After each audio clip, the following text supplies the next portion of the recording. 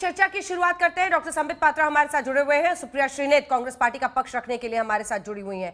पहले तो शुरुआती कमेंट से लेते हैं। संगीत रागी भी हमारे साथ आरएसएस के जानकार के तौर पर चर्चा में रहेंगे। शुरुआती कमेंट्स पहले ले लेते हैं, फिर कुछ वीडियोस मैं ये अब्बास सिद्दीकी के दिखाऊंगी और देखते हैं फिर ये गठबंधन की नींव क्या दिखाई देती है। डॉक्टर संबित पात्रा, कांग्रेस पार्टी है, जिससे गठबंधन चाहे करे, जिससे नहीं चाहे ना करे, अपनी पार्टी के अंदर के मतभेद कम से कम खुलकर चर्चा तो कर रहे हैं। आनंद शर्मा ने खुलकर कहा, उस पर अधीर रंजन चौधरी ने जवाब दिया। आप क्यों हाथ सेकने लग गए?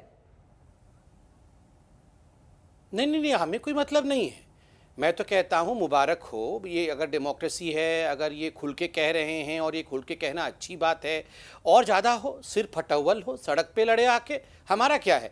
वैसे भी आज गुलाम नबी आज़ाद जी का पुतला फूंका था कांग्रेस पार्टी के नेताओं ने जम्मू कश्मीर में, और आनंद शर्मा जी का भी पुतला कल फूंक जाएगा, कांग्रेस पार्टी के ही नेता फूंकेंगे। हमें क्या है, सबका पुतला फूंके एक दूसरे से, हमें कोई आपत्ति नहीं है। बिल्कुल पुतला उतला फूंकी। और देखिए, मुझे तो डाउट हो रहा है जिस प्रकार से ये चल रहा है, कांग्रेस के दो धरना हो जाए, कांग्रेस एफ और कांग्रेस जी।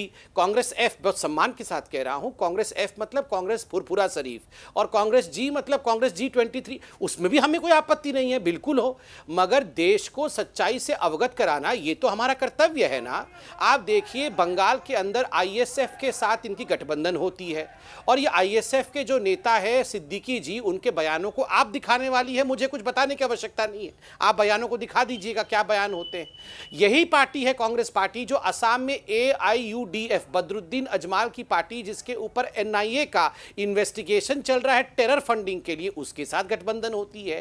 केरल में मुस्लिम लीग और वेलफेयर पार्टी ऑफ इंडिया जमाते इस्लाम का फ्रंट है, उसके साथ गठबंधन। कर्नाटक में SDPI के साथ गठबंधन होती है। बंद कमरे में राहुल गांधी कहते हैं हाँ हम मुसलमानों की पार्टी है। और ये गंगा डुबकी लगाने से क्या हो जाएगा, आप बताइए, क्या हो जाएगा गंगा डुबकी लगाने से? कोर्ट के ऊपर जनेऊ पहनने से क्या हो जाएगा? आप तो बंद कमरे में जो कर रहे हैं, अलायंस जैसा कर रहे हैं, वो पूरा हिंदुस्तान देख रही है। एक चैलेंज के साथ समाप्त कर रहा हूं। राहुल गांधी ने जाके लंदन में RSS में कहा था, RSS के लिए कहा था कि RSS मुस्लिम ब्रदरहुड है, IS है।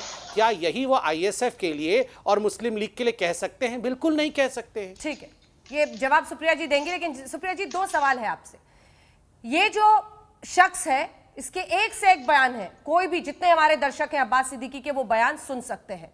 आपकी जो गठबंधन का पैटर्न रहा है बदरुद्दीन अजमल के साथ, शिवसेना के साथ महाराष्ट्र में, और यहां पर अब्बास सिद्दीकी के साथ, क्या आनंद शर्मा का कद ऐसा नहीं है? केंद्रीय मंत्री रह चुके हैं, अगर वो सवाल कर रहे हैं तो उस पर सम्मान के साथ बात हो। फौरन कह दिया अधीर रंजन चौधरी ने कि वो नए बॉस को खुश कर रहे हैं। आपको लगता है उम्र के इस पड़ाव में एक सांसद बनना इन नेताओं के लिए इतना महत्वपूर्ण है कि आनंद शर्मा, कपिल सिब्बल, गुलाम नबी आजाद जैसे लोग कुछ सवालों पर आप लोगों की नजर ले जाना चाहते हैं, आईना दिखाना चाहते हैं? सुप्रिया जी।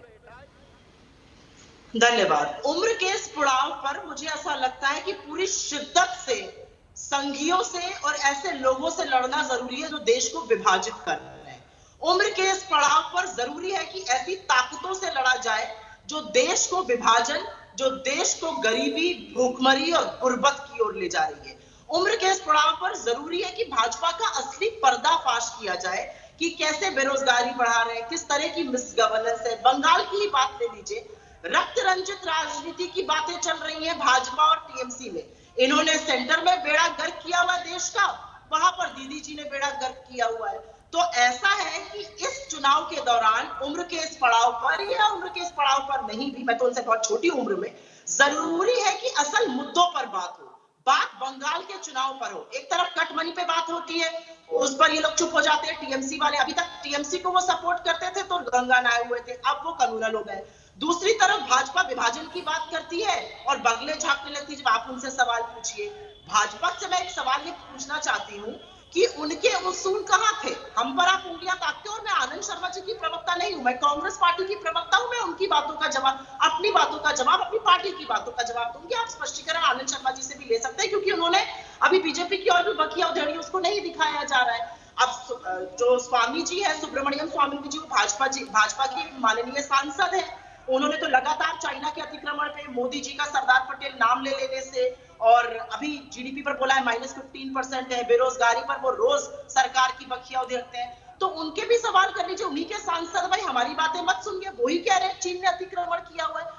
इधर उधर की बातें ना करें, मुद्दों की बातें करनी जरूरी है। हमारे घर की इतनी चिंता ना करें कि देश में आग लगा ठीक दें, है, पहली ठीक है। बात। और मैं एक बात और कह के अपनी बात जरूर खत्म करूंगी।